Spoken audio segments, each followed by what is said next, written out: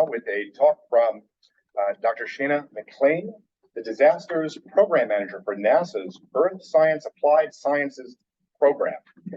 She and her team promote the use of Earth observations to support decisions made across the disaster cycle and at the intersection of human environment climate dimensions. McClain endeavors to define new and innovative opportunities for applying Earth science information to the development of partnerships and projects in fragile and crisis-affected communities in order to build a more risk-informed global society. And with no more ado, we'll turn the floor over to Dr. McClain. Migration with Dignity, a Legal Policy Framework. Thank you very much, Alex.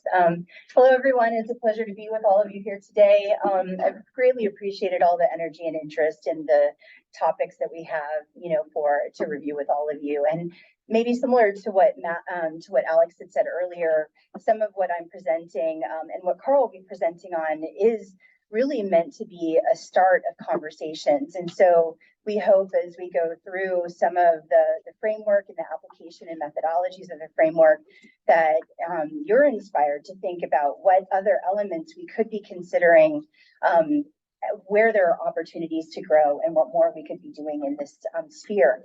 And so let's see.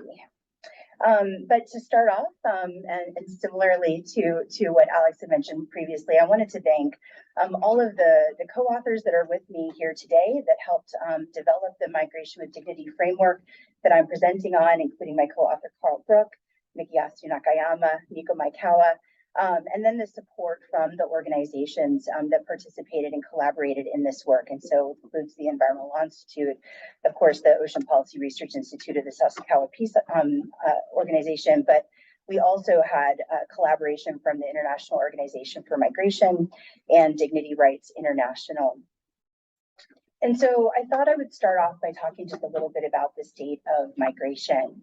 And so we've already heard from the multiple conversations that we've had so far or brief presentations that migration is increasing. It's increasing in a variety of different ways. And we're seeing that it's having multitudinal effects across the world, right? I mean, in some cases, it's causing loss of life, incredible trauma. But in any case, there's always some hardship that we are realizing. And so, and I think the nature of how these events, how these migration and displacement events are occurring are increasing as well. And so we're seeing more and more that they're due to events such as conflict and extreme violence, severe economic and political instability, and of course, environmental and climate change and other weather-related hazards. And while I think there's a lot of narratives about migration, overwhelmingly, the majority of people who are migrating are internal migrants. They're not crossing borders, but we do see that there are increased acute events that are driving international migration, such as what we're seeing with Venezuela, of course, and then with Ukraine more recently. But a lot of these elements can be unpredictable, either from the conflict side, because there are multiple drivers that can lead to the eventual significant displacement, or longer term trends like climate, where you see mass migration, but there are a lot of factors that contribute to this eventual movement. Regardless, migration, displacement, and overall relocation are increasing. And so because of this, we believe that improved approaches to managing migration and displacement are necessary. And so I think along with the state of migration are also increasing, I guess, titles or different approaches to perceiving how people are moving and the driving forces behind it. So oftentimes we hear people referred to as climate migrants or climate refugees, but a lot of the work that we're doing with the Migration with Dignity framework is not meant to be solely focused on climate change. While climate change is a significant factor, we've learned through all of the work that we've done over the last 5 to 10 years that there are multiple reasons for why people migrate. And so, this comes out as educational opportunities, employment, improved healthcare, to be with their families, et cetera. And so while climate change may have some sort of contributing factor to it, it's rarely the sole factor. And so it's important, I think, for all of us to be more inclusive and recognize that there are multiple reasons why people move as opposed to just solely focusing on the climate element alone. It's also because of the international protections that are given to refugees that are not afforded to people who are moving because of climate change. And out of an interest to not muddy the waters or to reduce the importance of what happens when you are a refugee, when you're fleeing persecution and violence, and the protections that are afforded to this group of people under international law. And since it's unlikely that we'll see many changes in that regard for the expansion of international refugee law to include people who are moving potentially because of climate change, it puts more emphasis on why frameworks like the one that we've developed can be beneficial. And again, this goes to multiple factors of why people move, as well as the timing and the ability to plan for things. Disasters can create a pulse of people or a mass migration. Oftentimes people return back to where they're from, but there's a lot of dynamism that occurs. And so being able to understand how to facilitate that movement is what we're focused on.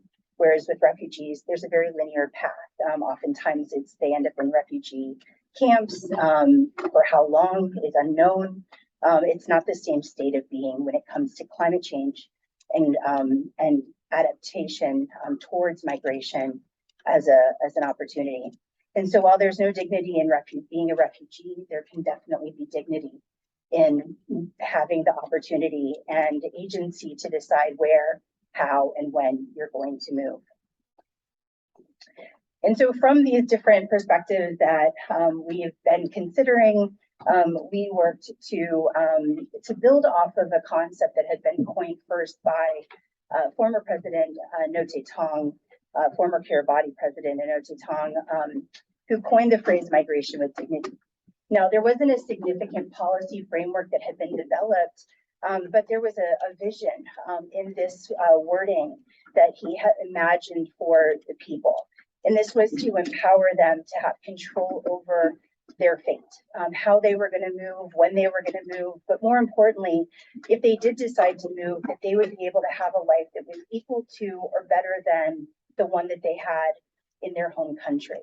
And so recognizing the great importance of skills and what would be needed to make your way to have a good life, the focus was on building educational and vocational qualifications to improve people's capabilities.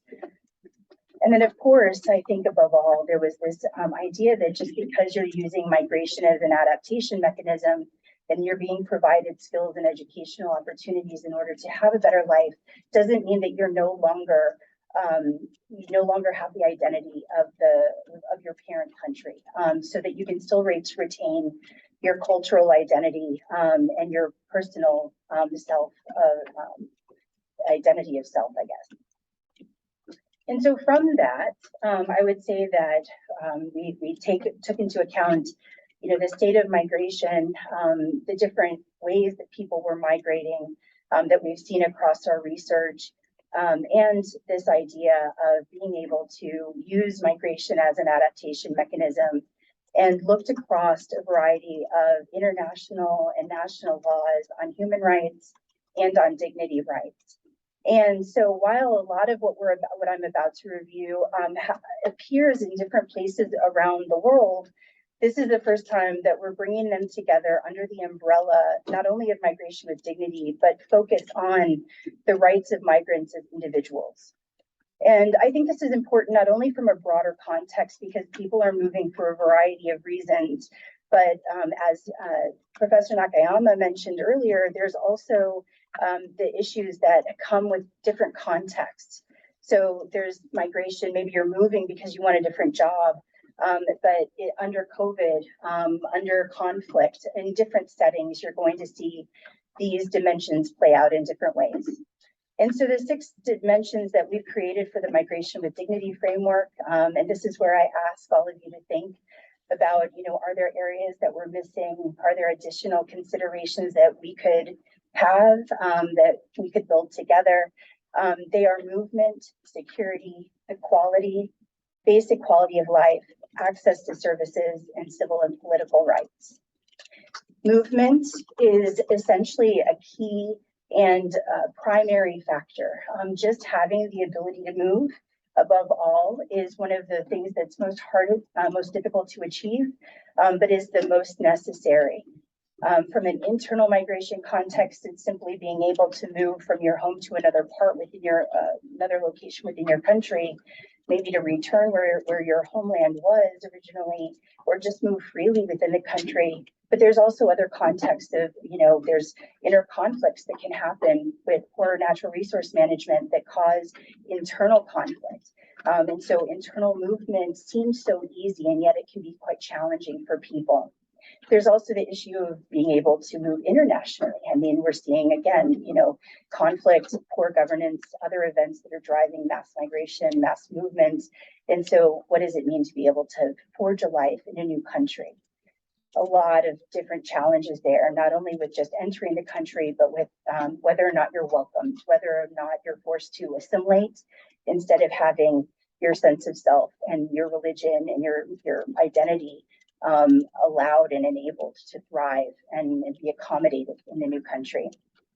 And of course, something that we've been talking a little bit more about is just your freedom to stay. There are different perspectives on, on whether climate or whether migration as an adaptation mechanism is beneficial. I mean, in one way, it allows you the opportunity to move, but it assumes that you want to move. And so what does it mean for those who don't want to, who want to stay, who want to see if there can still be a life in spite of climate change? So what do those perspectives look like? In any case, movement can be quite important when it comes to what rights we consider for migration. Security is essentially a reflection of the different perils or challenges that people experience while they're moving. This is issues related to sexual violence, human trafficking, exploitation, forced labor, arbitrary and abusive detention. But specifically in practice, this has a gender lens, not just for women, but those with gender fluidity characteristics, right? Like people who identify as non-binary. It also has specific implications for young adults and children, as well as those with disabilities, because not every access is not necessarily a consideration as you're moving and as you're crossing borders into different countries that have different perspectives on what it means to be, a male or a female, where children's role in society is, or what a disabled person, what kind of agency or capability they're going to support. Equality is important from an equal treatment perspective. We've seen a lot of people that are interested in leaving to pursue new jobs, education, but when they enter the new place that they're living, they are treated as someone else, somebody who doesn't belong. So the discrimination is a massive factor, but it's also just what it means for them as they assimilate into their new community. Are they afforded the same opportunities to become upwardly mobile, to advance, to thrive? Or are they held down and systematically, just pushed through the system to remain in a somewhat vulnerable or fragile state? The basic quality of life, I think, is fairly obvious. I mean, it's something that's been spoken about a couple of times today. And this is just simply recognizing the fact that people are moving because they want a better life many times. And so what does that mean? What does it look like? This is to be able to have a job, to earn an income so that you can have a roof over your head, so you can feed yourself, feed your family. And accompanying that is access to services. So beyond being able to get a job, do you have the skills necessary? Can you, if you have a degree in one country or in the Pacific Islands, is it recognized when you come to the mainland United States? We've found that it is not, right? And so it sets you back. You have to figure out how to navigate the educational system, even though you're highly qualified and should have been able to, get a good paying job and thrive in your new location. It's also having access to legal services, utilities, healthcare, etc. And then finally, civil and political rights is really about identity and protecting not only your religious and cultural practices, and your language and your speech, but your sense of self. Again, I think more often than not, we see the push towards assimilation instead of accommodation, which pushes people to lose their past, right? Their history, the things that they're tethered to. It also prohibits them from really becoming a contributing part of their community. They don't have a voice because they're no longer representing who they are as individuals, but rather, what they've been forced to become. And I'm not going to go into this too deeply, but just to say there is a cycle of migration. Migration is not linear. People are rarely moving just simply from point A to point B. And so the intent of this framework is that it can be applied across the cycle of migration, whether you're in your parent country preparing to move, whether you're in transit once you've arrived into your host country, or whether you're interested in returning. All of these 6 key dimensions have varying levels of importance depending on where you are in the cycle, but they're fluid and relatable in all cases. And Carl will be talking about that a little bit more. And so to end, really, we've covered the state of migration, the different reasons why people are moving and how that led us to develop the Migration with Dignity framework. But some of the reasons why this is important, namely is that, as I mentioned earlier, a lot of these core or key dimensions already exist under international or national law, but they haven't been coalesced or brought together to support migration of individuals, but also the different reasons for migration. And so we've got a more holistic compendium. And so not only have there been challenges with implementation because they've been fragmented, but they haven't been representative of what this means in the migration context. The framework itself can also serve as an evaluative mechanism for people that are interested in developing migration pathways. So if you want to figure out what are the different perspectives you can consider, you can use our framework to figure out where the gaps are, where there are new opportunities to expand how you can become more accommodating, develop the right types of policy measures to improve migration. And because of the strong human rights and constitutional law foundation, it's applicable in both international and internal migration contexts, and as well across the different thematic contexts, like I mentioned, conflict, climate change, et cetera. Whether people are moving because of employment, education, et cetera. Of course, climate change gives us an urgency because there are multiple factors that climate change, acts as a driver for, right? I mean, it's leading or increasing the reason why people need new jobs, need to move, et cetera. And so it's been a core function of what we consider with the framework. I'm going to end here, and thank you so much.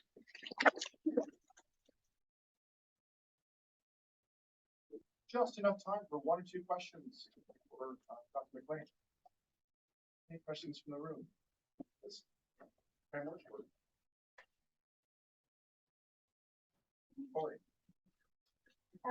going to try to model. Can you guys hear me through the mic? Okay, thank you so much for your presentation. One of the things I was curious about was, you mentioned kind of at the beginning that the climate refugee category is sort of not really going anywhere at the moment. Can you provide a little bit more detail on sort of what that looks like for those who are not as well informed on the sort of legal side? Well, I'm not a lawyer, so I will defer maybe to my colleagues in case there's additional elements they want to add. But I would say that we've got a lot of colleagues that are interested in expanding, what an international refugee is defined as, and to include this perspective of climate refugees. However, because refugees are defined by the types of environment that they are subjected to, and climate change doesn't meet those qualifications, not only because of the timing perspective, it's almost a pernicious threat, right? It's sneaky. It happens in different ways that we can't sometimes we can directly attribute to climate change, but not always. You're not going to see a change in how we define refugees under law as to include climate change as a factor. I think that it doesn't dismiss the fact that climate change can even be an influencing factor for refugee situations. It just means that saying that you're a climate refugee has a different characteristic. It's not protected. And so we must look to other policies and other frameworks that are going to protect these people without essentially pursuing a path that may not lead to fruition. And so I think our answer to this is looking at human rights, dignity rights, figuring out where we can say that there are protections for those that are, forcibly displaced or migrating, of their own accord because of climate change considerations. So what can we do in the meantime? And this is the answer to that. Paul, do you have any other additional thoughts?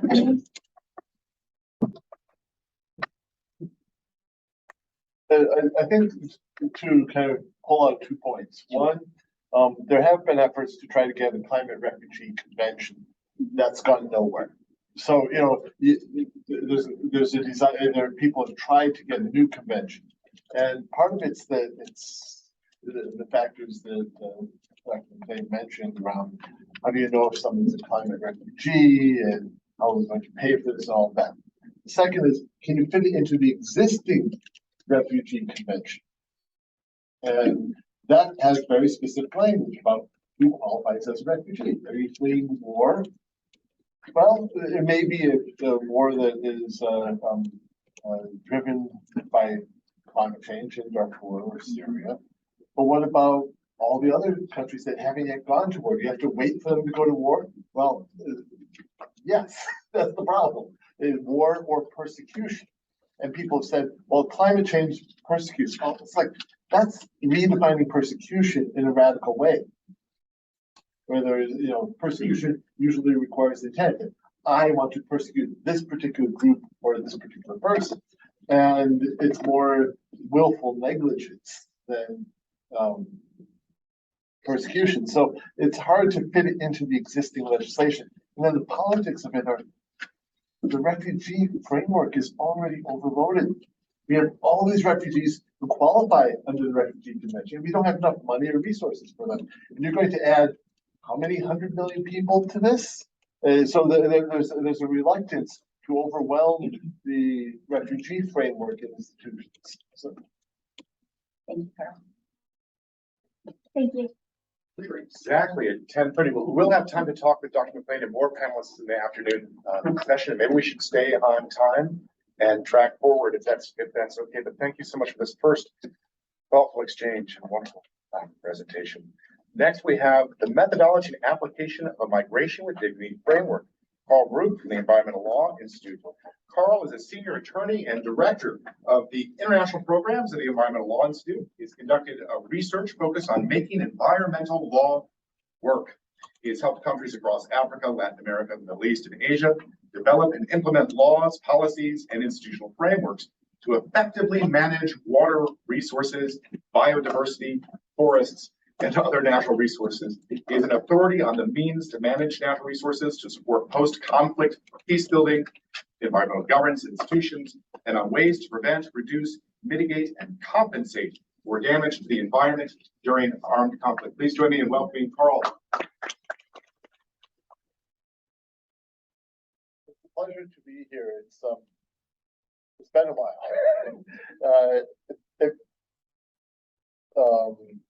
The last time we were here was February of 2019, and that feels so much longer. It's funny what a pandemic does. But what's interesting is that at that time, we were doing research on migration related to climate change and under the COFA, and looking at Marshallese coming to Springdale, Arkansas, to Oregon, and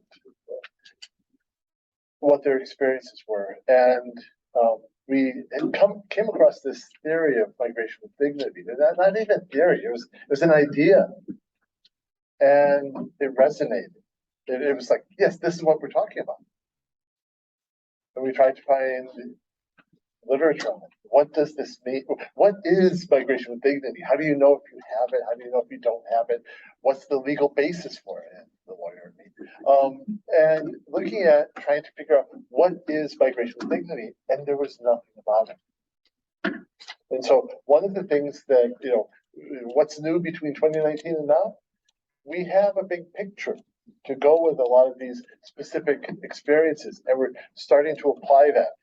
The examples that are in the special issue were building on the conceptual framework that Dr. McClain presented, using a analytic framework that we had developed to support looking at how migration with dignity works in a variety of different situations. So these are the basic 6 categories of rights that Dr. McClain presented, and I'll come back to them from time to time. I will say one of the benefits about the framework that we use, we didn't start off saying, well, what do we want? This was the partnership between the Dignity Rights Initiative, IOM, ELI, OPRI, was taking this existing body of international law on dignity rights and saying, what does that mean in the context of migration? And so you basically, we had all these different rights scattered around the table, and we were trying to put them into bins. But these rights generally, first of all, they already exist, most of them. Asterisk on most. Most of them already exist under international human rights law and customary international law as seen through national constitutions. Some are stronger than others. But the point here is we don't need a new convention. We already have a lot of the law. And the law is, because it's human rights law, it is enjoyed by everyone, whether we are a migrant or not, whether we're migrating for climate change or for war or for labor or for education. We enjoy these rights because we are human beings. The asterisk is the freedom of movement. The others are well established in international law. Freedom of movement, there are provisions on this, but often it's the right to leave, but not necessarily the right to enter. Countries have obligations to let in refugees. They don't have the obligations to let in migrants. And we know also that even if countries have obligations to admit refugees, it doesn't mean that they do admit them. So this is the area, the freedom of movement is the area that is the area that is still in most development. So as I was noting, migration with dignity is broadly relevant to a wide range of contexts because of the nature of the underlying rights. These are human rights. So they apply to people fleeing war and oppression, to people seeking better work opportunities, to people seeking a better life generally, to people fleeing climate change and environmental degradation. These apply to a broad range of instances, and the purposes are less relevant because they're enjoyed by all. That also makes it a little easier to get around one of the problems of climate change. How do you, with climate refugees or climate migrants, how do you know if somebody's moving because of climate change? Well, could be because they tell you. How do you know that they're right when they tell you that? The reality is that people move for many reasons all at once. And one of the things that we found working in Springdale, Arkansas, the Marshallese, was that if you ask them, what is the primary reason you moved? Climate change is not on that list. If you ask them, what are the reasons you migrated? Climate change shows up in number 2, number 3, number 4. It's on the list often, but it's not the primary reason. You ask them, are you going back? They say no. 80% said no, we're not going, I don't want to go back. Why? Climate change. That's interesting. Climate change isn't a driver of migration to the US, but it's the reason people aren't going back. What's happening there? We have theories, but we don't have a lot of evidence. So the question of why do you apply this migration with dignity framework? Well, first of all, as Dr. McClain noted, and then also Dr. Nakayama, this provides a comprehensive and holistic approach that applies regardless of the reasons for migration. I think one of the most interesting things is that it applies across the migration life cycle. When we talk about climate migrants, the big question is, who's going to take them? Where are they going to go? It's all about movement. And we assume that once we figure out where they move, end of the story, people live happily ever after. They don't actually ask, well, how are you going to get the jobs? How are you going to manage the tensions with the community? How are you going to make sure they're able to provide for themselves and not be drawing on the state? That's not part of the discussion when we talk about climate migration, and it should be. Another thing, Dr. Nakayama had a very interesting paper some years ago that highlighted the fact that there are kind of a couple ways to manage climate migration, especially if you know that this is coming over the decades to come. One is you wait until you have to move. Wait until there's a cyclone that wipes everything out, and then people leave. There's a big pulse of migrants. Alternatively, you can allow for kind of a slower trickle of migration that doesn't overwhelm the absorptive capacity of countries to accept the migrants. And that's what we're seeing with the COFA. Under the Compact of Free Association, we're seeing it's a gradual stream, but people are coming with their money, with their assets, with their training. And it's not in the wake of a disaster where everything was wiped out. Sorry. So the temporal aspect is really important. The other part is priority setting. And using this framework, it's possible to look through the different aspects. Where are there already protections? Where are things generally working? Where are they weak, but they're there? And where do they not exist at all? And in knowing this, you can set your priorities. What do we need to tend to? What do we need to fix? And there's also this question of whether the problem is due to a lack of law or a lack of implementation, which again helps you decide how you focus your energies. And we saw this in Springdale when we were talking with the various migrants. And one of the biggest problems, or one of the problems we saw, was that their professional certifications to be a nurse or other profession were not recognized by the state of Arkansas. They had earned them in the Marshall Islands, but Arkansas said, no, this isn't recognized. New York recognizes the Marshallese certifications, but they're not in New York. And so they have to take a job chopping chickens or working in a bank. They're not able to use their professional license. And there's a state representative at one of the meetings where we were reporting findings. He's like, really? We can fix this. So this is the sort of thing where if you can kind of look at the different aspects, you can figure out what needs to be done.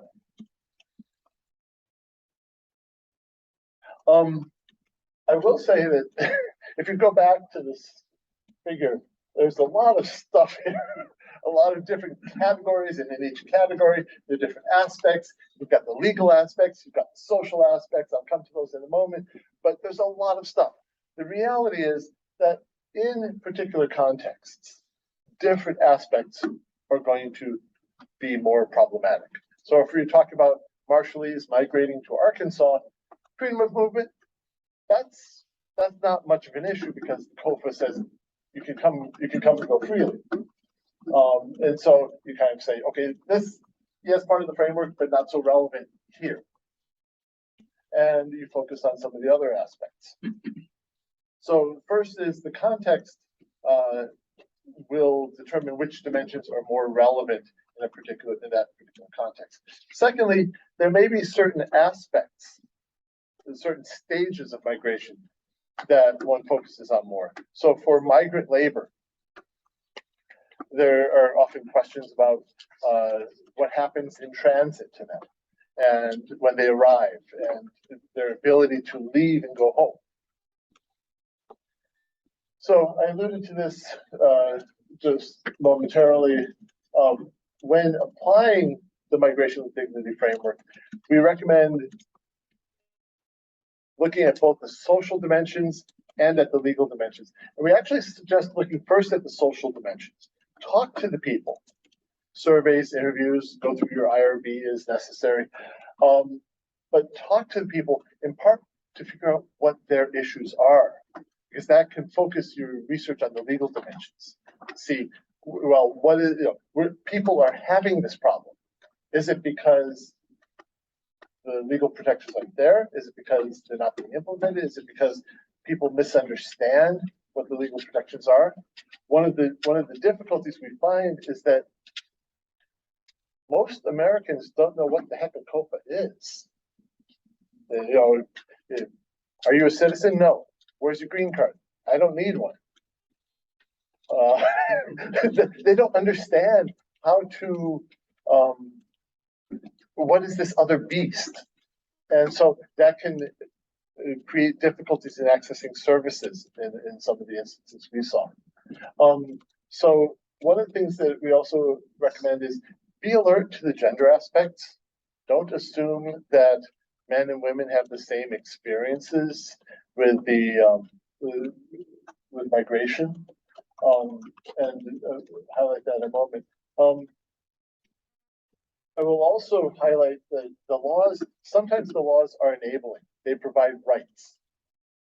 Sometimes they provide constraints. So you need to be looking at the legal aspects through both the rights and constraints lens. And there are a wide range of laws depending on the particular context. Is it national laws, state laws, municipal ordinances, depending on the country, which national and bilateral agreements apply. On the gender side, this is the same framework, but I just kind of pulled out the gender aspects for you to see, because there are certain elements here that where gender is important in particular ways, including the admission to a foreign country. We hear a number of stories of women being coerced into sexual acts in order to transit or to enter. I think Scott will talk a little bit about how the pandemic affected migration with dignity in Oregon. One of the things to think about with pandemics is that this is it's a sudden action. It upends the normal operations. People get very fearful. There may be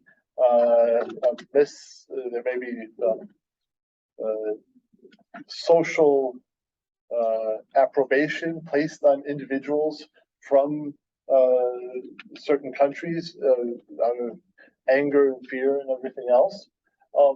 But it's not necessarily a stable state question, but it does often have impacts on one's migration experience.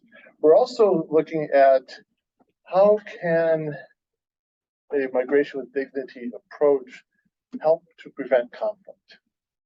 And this is both conflict in the countries of origin, so supporting adaptation as supporting migration as an adaptation measure, where it may be that land is less productive, so it can't support as many people, and so it allows for there to be some exhaling of the population as they so it's right sizing what the land can support.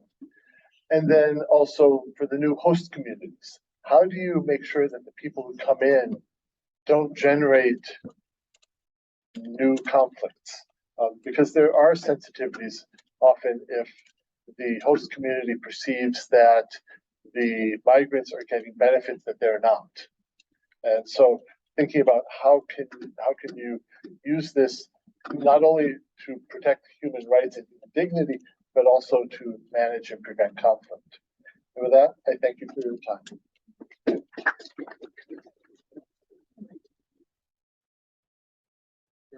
Right, thanks. Thank you so much, Carl. We have a little time for questions. Any questions from the room on our last presentation?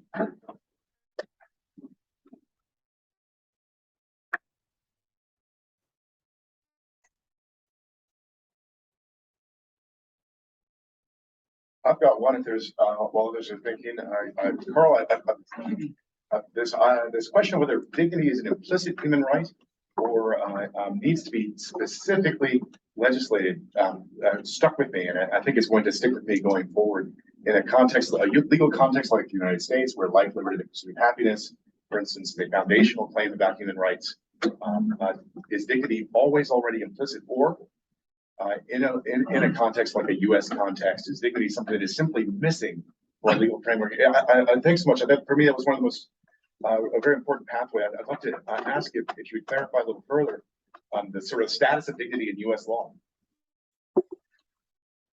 So there are dignity is both general and a specific right. There are some constitutions that refer to a right of dignity.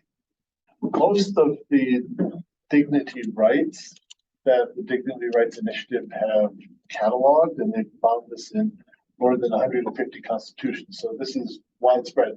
Relate to those different aspects there. So rights of access and services, rights of voice and speech in civic society, rights to be secure. That these are all part of the broader umbrella of dignity.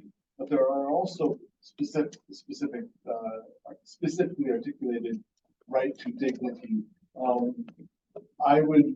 I tend to focus on the broader category because, okay, you could say that there's this one specific right of dignity, and what does that mean?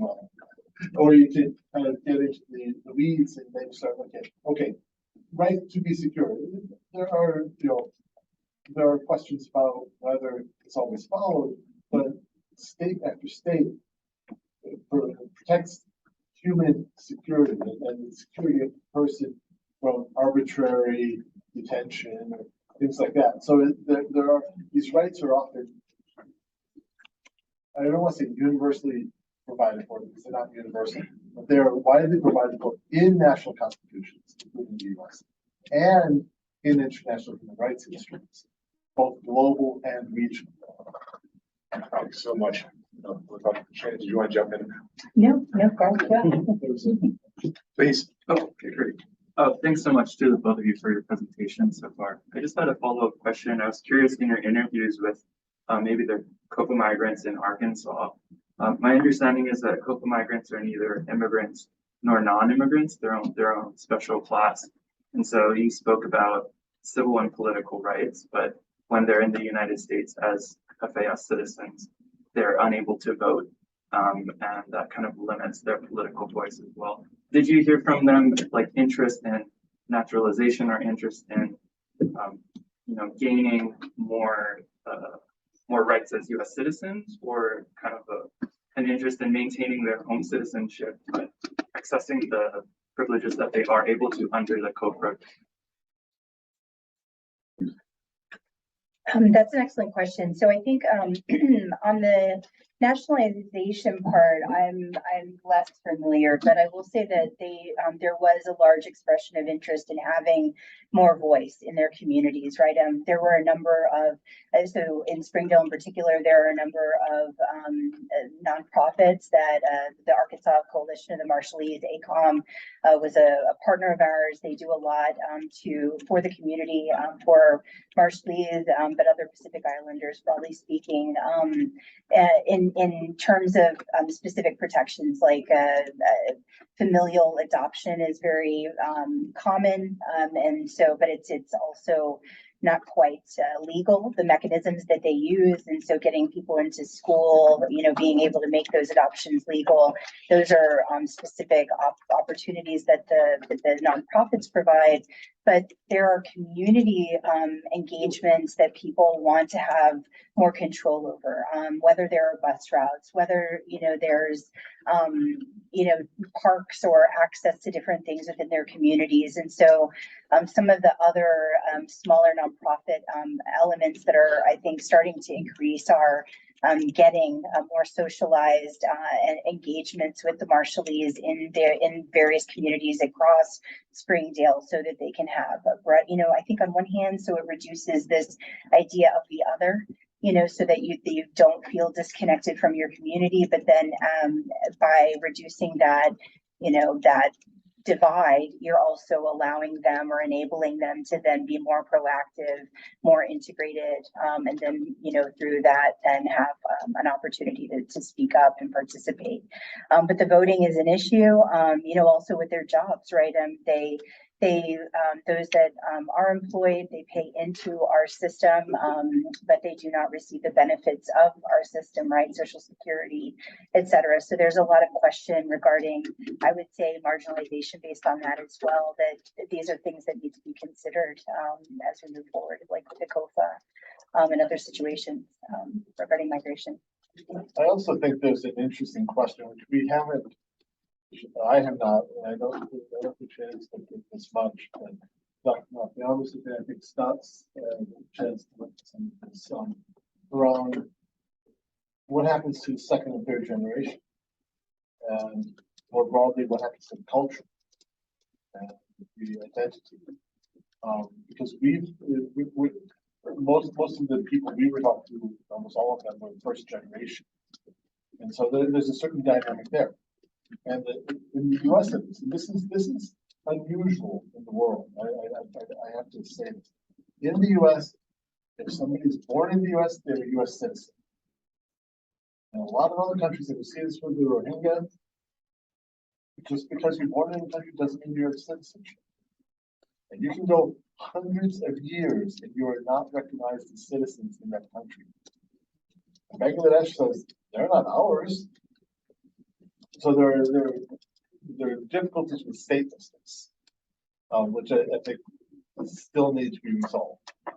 But there are questions about when the migrants come in, they have access to those various rights. Do they have the right to insist on preservation of their culture? Does that mean that and what are the parameters on that?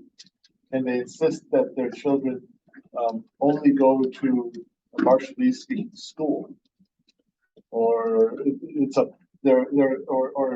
can a state say, you are in our state, you have to get vaccinated, you have to follow these rules, which may not comport with the culture. And so we can the migrants and groups of individual migrants collectively assert their collective rights to culture, even if that impinges on the rights of the individual child who is now a U.S. citizen? That's a very interesting question, and I don't think we have an answer to it, but I think it's worth having some thought around that. We have time for one more question if there is another. Thank you so much for the presentation.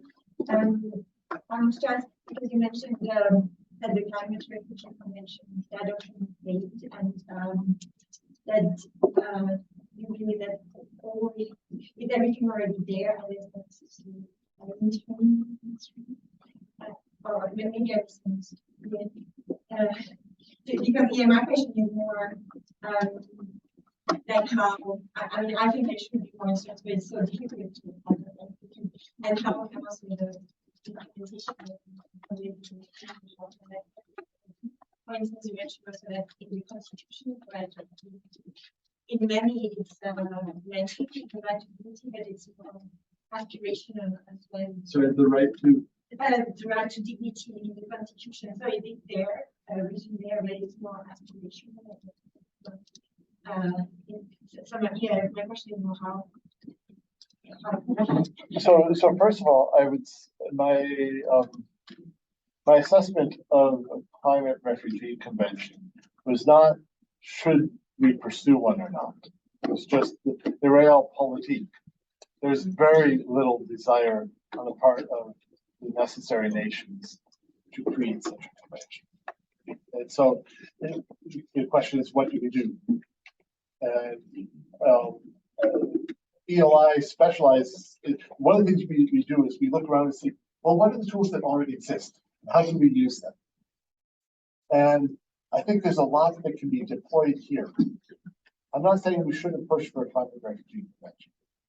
I'm also not certain it's necessary to push for climate refugee convention. Maybe specifically on the movement side, if there's something where you can do that, I could see that. I suspect that it's easier in some ways to take a toolbox approach. I mean, I love history. You look at, go back 50 years, and one of the biggest issues that was on the table was population. And, you know, the population bomb, and we're going to implode. And one country really tried to control population, China.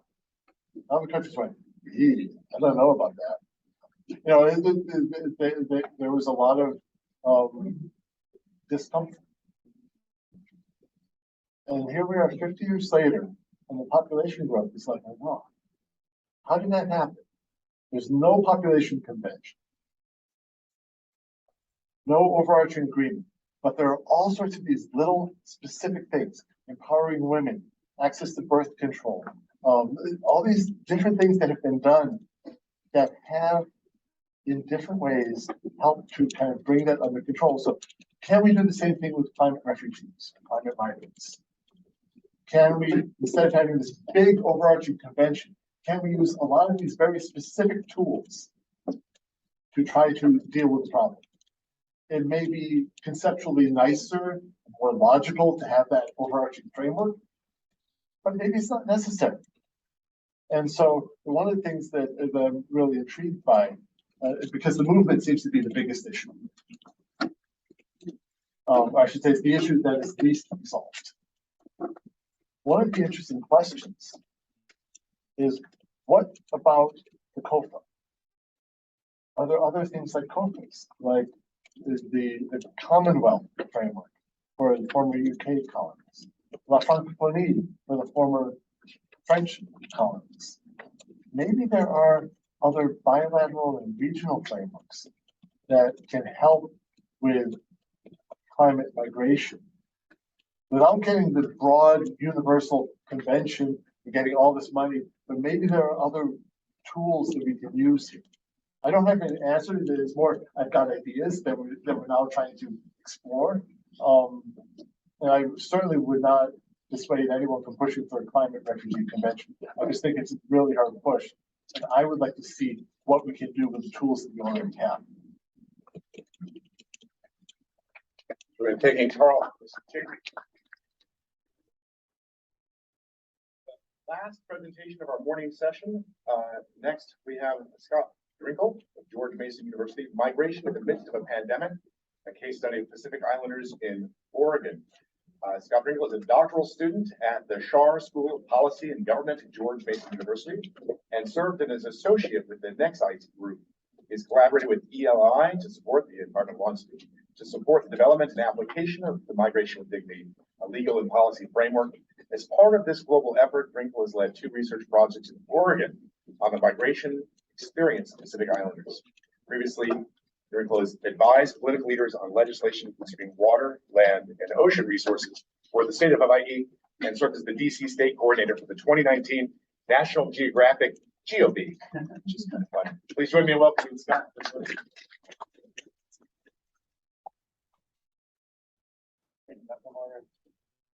Aloha, it's great to be back here and looking forward to the next time, whenever that can be. I'll be sharing about the migration experience of Pacific Islanders and specifically COFA migrants to the state of Oregon as experienced during a pandemic. And so this will be an application of the Migration with Dignity framework to kind of put it to use and see how it really applies.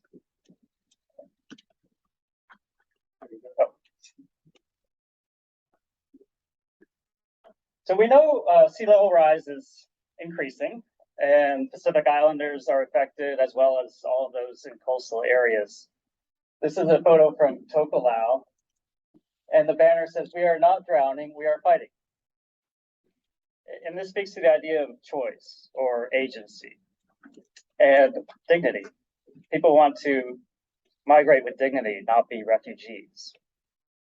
And migration with dignity applies to climate change and sea level rise, but also pandemics. We've spoken a little bit about COFA, the Compacts of Free Association.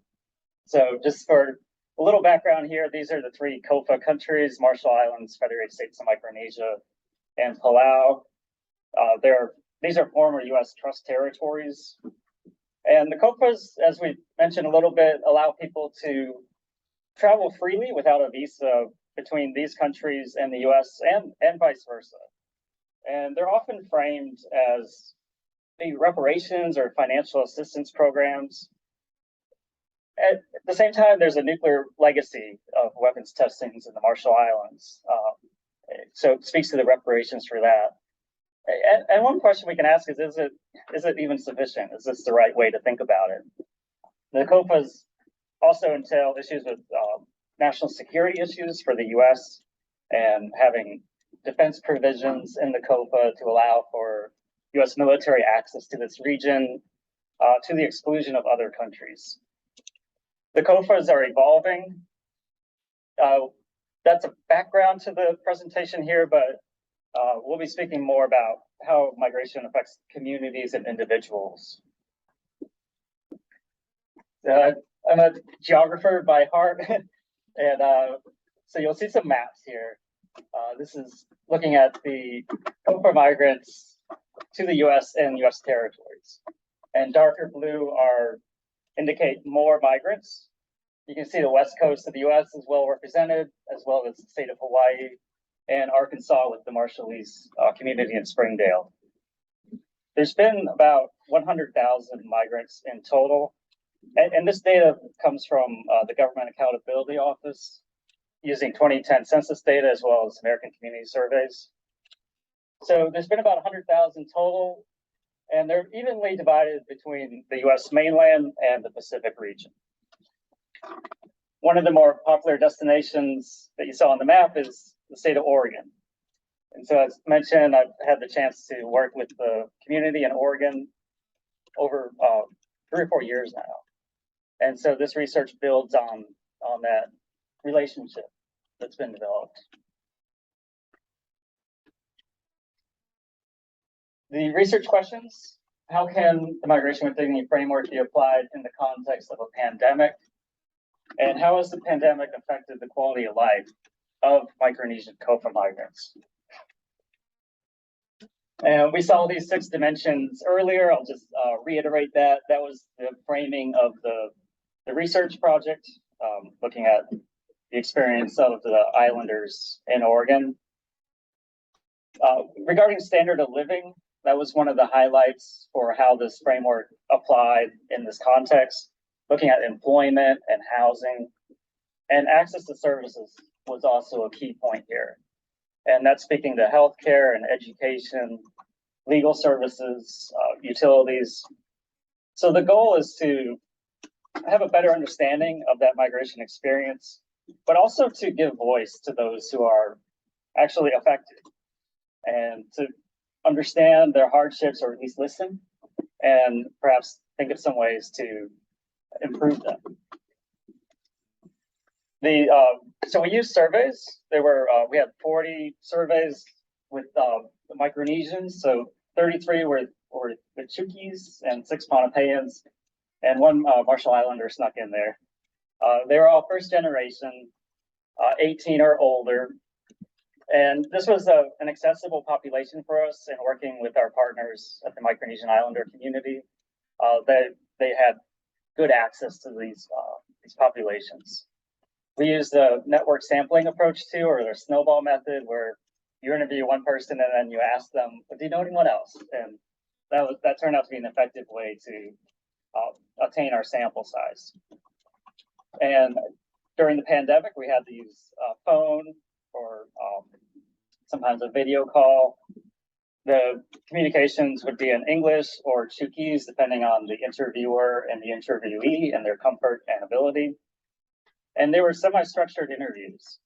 So there were quantitative questions like yes, no, but also questions that allowed for some more conversation to occur.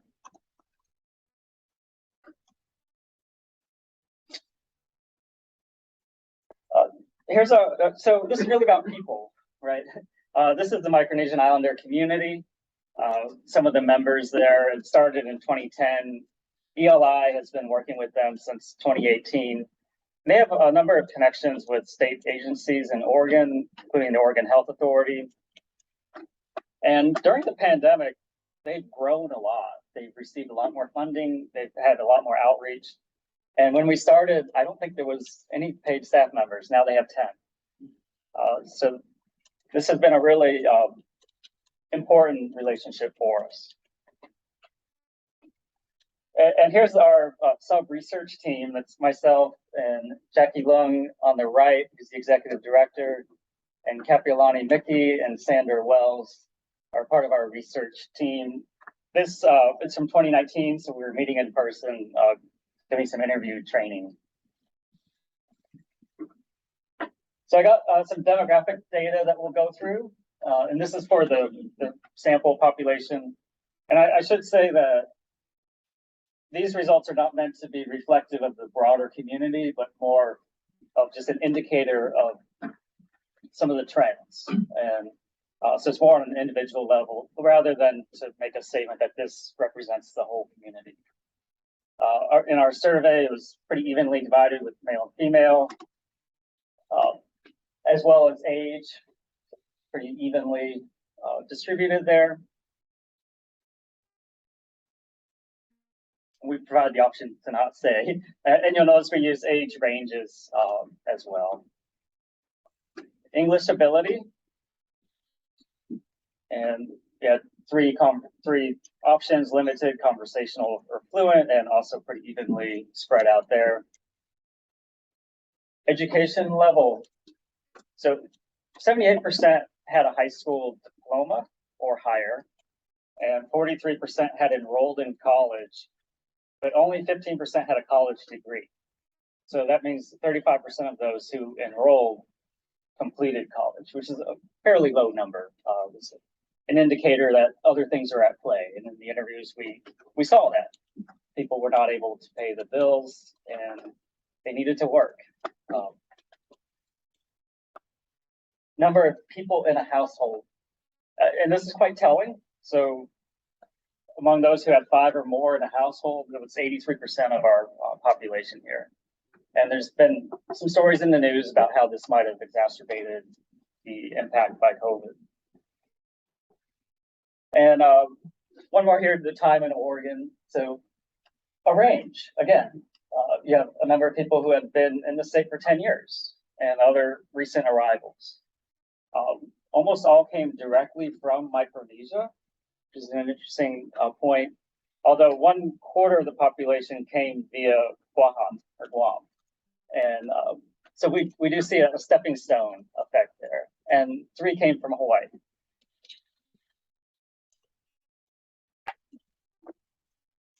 We spoke about migration drivers a little bit and how it's a complicated story and people migrate for a number of reasons.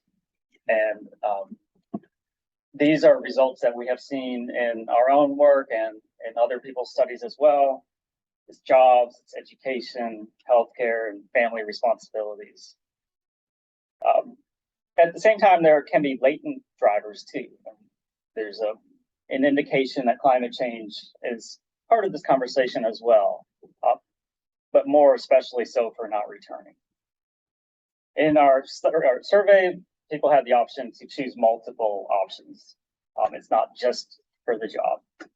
And it was also quite interesting how if you ask the question a few times, you can get a more layered response. And sometimes they say, well, I came for work. And then it's like, well, and then if you ask the question again later on in the interview, they might say, well, I actually just wanted to have the adventure. So there's a lot of nuance. regarding these migration dynamics and why people choose to leave, and this is, post-migration, so we're looking at those who have made that choice. I'll give you a minute just to take a look at some of the quotes here.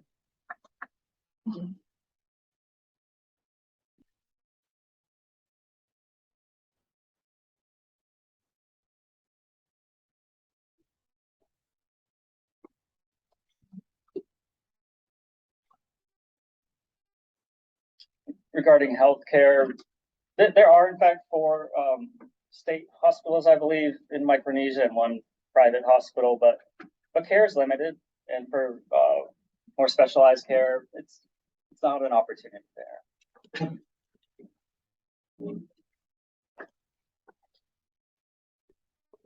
I'll speak to livelihoods next and jobs. You see a lot of folks have frontline jobs in our survey population, such as working in factories or fast food restaurants. And we saw during the pandemic that a lot of these were shut down and they were not able to go to work.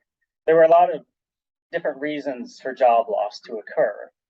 And sometimes people were temporarily laid off. There might have been a quarantine. There might have been concern about getting COVID and spreading it to their family members, or others had to choose to care for a family member who had COVID. And some had to go to work. They didn't feel that they had the option to take sick leave, and they had to stay at work even though they didn't feel well. Also, what comes out of this is a barrier of unemployment forms, and you see applying for a form using the I-94 is problematic at times. And also speaking to the dignity idea of livelihoods, we can think about what types of jobs people have. Is that a job that they want? Do they feel satisfied in their job? Is there opportunity for advancement? And remittances, the question was asked, most were not able to send remittances anymore during the pandemic, and they had been prior.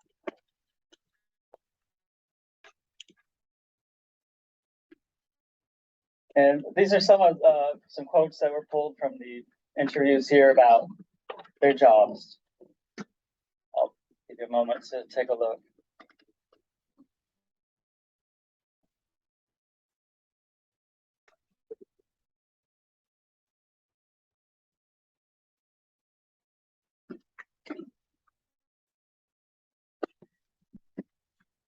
And the quote about working 6 years ago, but no longer, but not being retired.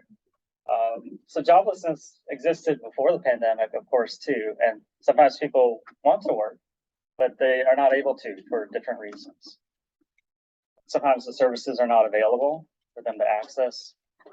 And just in my research, I know about experience in Hawaii and some of the COFA migrants having a challenge to apply for unemployment insurance. And there was a website option and a telephone option, but both of those had very long waits and no longer the option to go in person. So there was a solution there.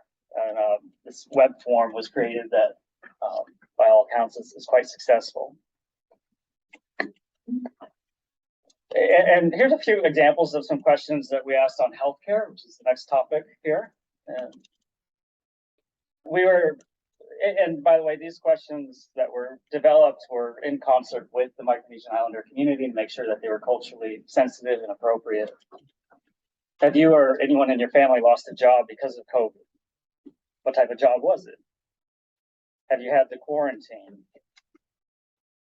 What kinds of stress have you experienced? And we made a point to provide examples and ways that are relatable for those who are interviewed. So maybe you feel like you're not stressed, but you've been having these body aches or you're depressed. So it manifests itself in different ways. And how are people treating you? How are you experiencing this?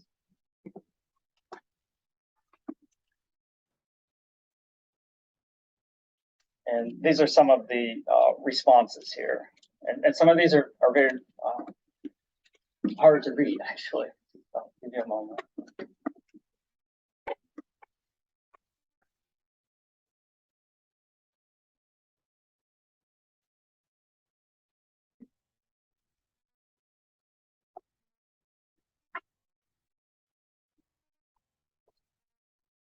there was a range of responses. Some people were ambivalent about COVID and living through a pandemic. Others were very fearful. Others were suspicious about government interventions, and rightly so. And I think we saw the same across the U.S. Overall in the whole U.S. population. So not so different in those ways.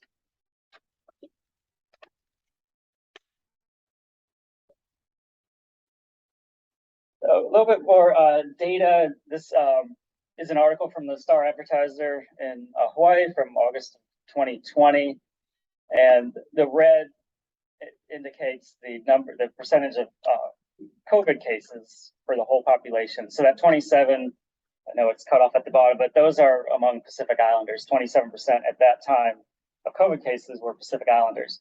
And the green is the state population. So they're 4% of the state population. At that time, 27% of the cases. That's a puzzle, right? Why is that occurring? And not even among Native Hawaiians. And there are a lot of ideas out there. The conclusions that I kind of drew from, or my impressions, are that the social determinants of health are a key part of that. And that includes your economic stability, having equal treatment, not being discriminated against, having access to healthcare, having a job. All that plays a role in health outcomes. And also compounding effects of disease. And we know that those who have had diseases experience higher rates of infection and hospitalization and death. And there are also some cultural elements we can talk about, and that came up in the news sometimes about people attending funerals. I think that was overplayed, but that was part of the conversation too. This comes from Spokane. There's a fairly sizable Marshallese population in Spokane, Washington. These graphs are the same, even just more dramatic. So they represent 0.6% of the population, and here's Native Hawaiians and Pacific Islanders. And yet they were 31% of the cases. And we saw this throughout the US, in California as well. But all this is data, but it's important to remember that data are not really numbers here, they're people. And during our data collection, Kapiolani is one of our researchers in the middle, and that's her husband next to her. During our time together collecting data, her husband contracted COVID and became very ill and had to go to the hospital. And unfortunately, he didn't make it.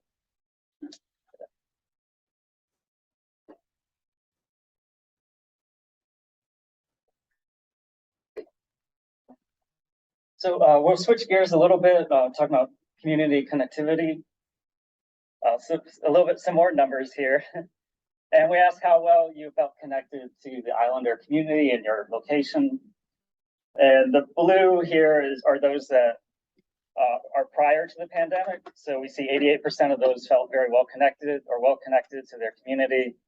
And of course, that goes down during the pandemic. The orange represents the pandemic responses. And there are a number of events that are at play for people in the Oregon area. These include church events. There's an FSM day. There's a COFA legislation day. And of course, all of these had to be discontinued or sometimes remote, but not the same. I'll speak a little bit about mobility. And as we mentioned, mobility is not as much an issue with the COFA migrants, but it still comes up. It's still a concern here. And even before the pandemic, there were concerns about mobility. There were 2 respondents in our study that mentioned they had an ailing spouse, an ailing husband. And both of their final wishes were to go back home before they passed away. And they were not able to do that because of their passports were out of date.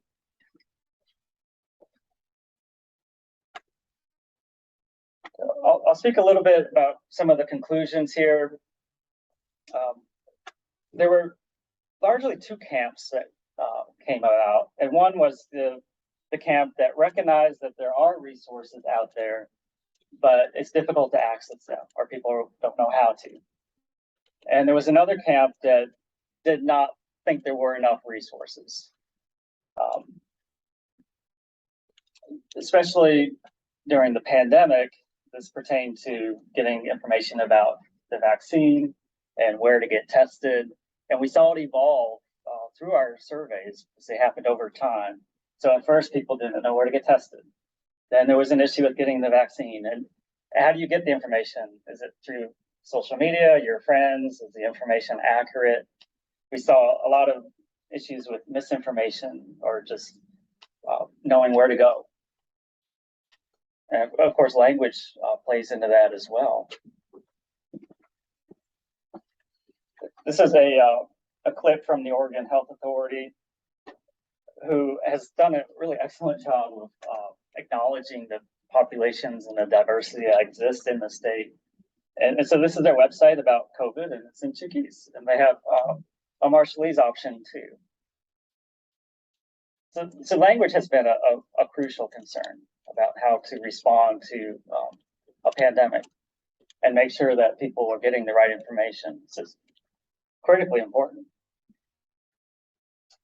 But there are needs as well. And OHA mentioned that they were having a hard time getting interpreters, and they typically make voice recordings for different languages due to the number of dialects and just different issues. They were not able to secure those for Chukis and Marshallese.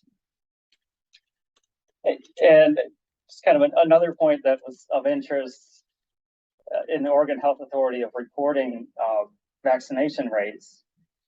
On their website more recently, they have reported that 99% of COFA migrants have been vaccinated, 99%, which is quite astounding, right? And almost a little bit suspicious. And it turned out later on, they redacted that and they said that actually it's not 99%, we don't know, because we don't know how many COFA migrants are here. And we had underestimated the population. It's actually much more. And so the denominator was different. And I'll leave it here with a few identified needs. And one is that as the populations continue to grow and are dispersed across the US and territories, that more chapters like the MIC will need to open. And having this kind of central distribution system for information and resources across all the states will be critically important, especially regarding healthcare issues. And then to continue to create culturally appropriate materials, such as in the native language, addressing vulnerabilities of immigrant communities, and especially those that get exacerbated through something like a pandemic. I will end it here, and I'm happy to, if we have time, to take any questions today. Thank you. 4 minutes. Are there any questions for Scott before we break for lunch? Yes. My name's Julie. I worked for the Washington Post quite a long time. And I'm really interested in, I know it wasn't primarily Washington, but broadly I worked in Portland State. The survey and the interview process. So the survey, I take it, was sort of like a written survey or like a rule form, and the interview was a follow-up to that survey? Right. And so I'm using the term survey more as an umbrella term, but they were specifically semi-structured interviews. Okay. Just asking a lot of questions. They tended to take about 45 minutes of each one. In this second study, they were mostly conducted by the Micronesian Islander community. So they were able to do it in their own language at times. And those who took the survey or semi-structured interview, let's say, received some compensation as well. So, yeah, does that answer your question? Yeah, that helps a lot. I guess there's always a little curiosity about how people think written, survey forms and that kind of thing. Very challenging at times. Yes, yes, and these were all oral, so it wasn't actually a written survey. It was written down, but it was communicated orally. Scott, the first round, but the one in COVID was all oral. First round, was that oral or was that also? That was also oral. Okay. Yeah. One more question about the community that you're working with. When they say Micronesian Islander community, does it mean that very broadly, including more older, did it only mean that them and there's half the you know? I don't want to speak too much for them, but I would say that it does focus on the COFA migrants in particular and their unique needs. But it's in our previous study from 2019, we worked with the Palauan community, Marshallese, and from Micronesia. This we just focused on the Micronesians, but so I think a lot of their outreach efforts do pertain to COFA issues, but I'm sure they'd be very welcoming to all Pacific Islanders. Yeah, sure. We have 2 minutes left. Oh, one last question. Sweet. Yeah, thank you all for your presentations. They were super interesting, super comprehensive. I'm curious how or whether this could also include issues of immobility or like the freedom not to move. Especially with COFA, I think it's interesting because, you know, it's a bilateral relationship. So I went to the law this summer and he said you have to go through hoops to get there and to stay there. And at least nominally, like my security to stay in the United States depends, according to the DoD, on United States defense provisions in both countries. But that, yeah, it seems it is an unequal relationship. And so I'm just curious whether this migration activity framework could also encompass not migration if you're able to stay. Carl's nodding his head, and Shanna too. You know, and for this particular study, it was post-arrival, but certainly that's another question: is why did you stay, and is that happening in a dignified way? Are you well supported at home? I think. Yeah. So we've been hold on. Okay, they just all light up. That's fine. So we've been talking about this a lot, and in fact, I included in my presentation was the right to not move. And so, but I think it requires a larger set of questions be asked, right? Because then it comes into play, you know, what are the governance mechanisms regarding, you know, the elements that are putting people in the position where they feel like they need to move to begin with? You know, what are the job opportunities? What are the educational opportunities? Mickey talked about, you know, what does it look like? Are islands considering how to build up their islands, you know, and fortify, you know, some of these diminishing resources? And so understanding what the suite of, I guess, governance responsibilities or policy options need to be put in place to enable people to still have a life of dignity that would enable them to stay in their home, you know, I think is that question. And so what's been interesting across this process that we've been involved in developing the framework is just watching how, you know, you had this concept of adaptation as a migration measure. And now with like current governance within the Marshall Islands, right, migration is not really supported as much. And so seeing the different ways that the governments that are you know, putting different opportunities in place, you know, will what that means for what options people have available. It's an interesting question, right? There's a lot of fluctuation. And so but yeah, I would say Carl probably has additional comments on this, but it's something that we're interested in exploring further. And I think there's a lot to unpack there, because it's not just necessarily an individual's own want to stay, but it's whether or not they actually have, you know, the resources that they need in order to stay. Folks, I think we should stop here. We've actually only scheduled 1 hour for lunch. So lunch is downstairs in the Ohana room and is provided with thanks to GIF, Sasakawa, and our partners externally. We hope you will take a bento and engage a panelist or engage a colleague and advance the conversation during the lunch period. But please join us downstairs for lunch.